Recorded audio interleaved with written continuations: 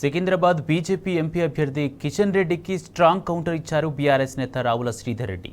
Secunderabad MP స్థానంలో BRS అభ్యర్థి పద్మారావు గౌడ్ ఘన విజయం ఖాయమని స్పష్టం చేశారు.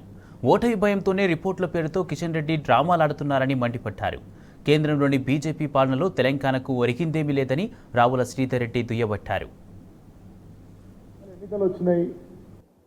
సికింద్రాబాద్లో పరిస్థితి చూస్తేనేమో పద్మారావు గౌడ్ గారు అభ్యర్థిత్వం పెట్టిన తర్వాత బీఆర్ఎస్ గెలుపు ఖాయం.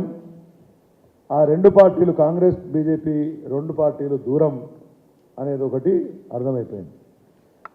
బీఆర్ఎస్ గెలుపు ఖాయం, జాతీయ పార్టీలు సికింద్రాబాద్ ఫలితానికి దూరం అర్థమైపోయింది. కాబట్టి ఇప్పుడు ఒక కొత్త స్టార్టింగ్ ఏంటంటే ప్రజలకు రిపోర్ట్. మరి నేను అడుగుతున్న కిషన్ రెడ్డి గారి యొక్క నియోజకవర్గానికి మాత్రమే ఈ రిపోర్ట్ పరిమితమా? మిగతా మరి మీ అందరు ఎంపీ అభ్యర్థులు ఈ రిపోర్ట్ ఇస్తారామని నాకు తెలియదు. అందరితో చెప్పించే అలవాటు ఆయనకు లేదు.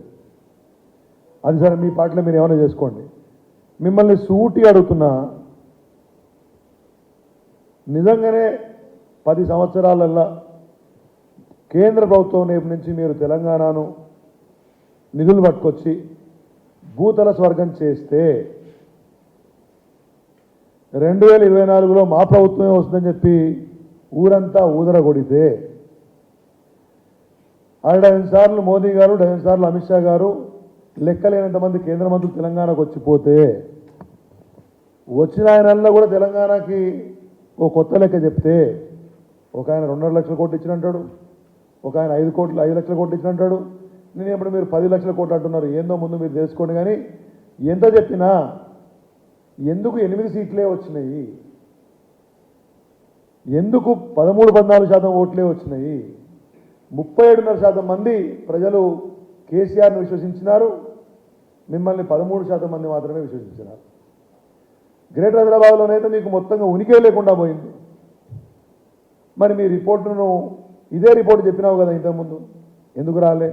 అంటే ఇవాళ ఓటమి భయంతో సికింద్రాబాద్లో వెనుకబడి ఉన్నాను అని అర్థమైపోయిన తర్వాత ఇవాళ నన్ను చాలా ఏం చెప్పారు, అర్థమైన తర్వాత ఈ కథ మొదలుపెట్టారు. ఇవాళ ఎన్నికలు వచ్చినాయి.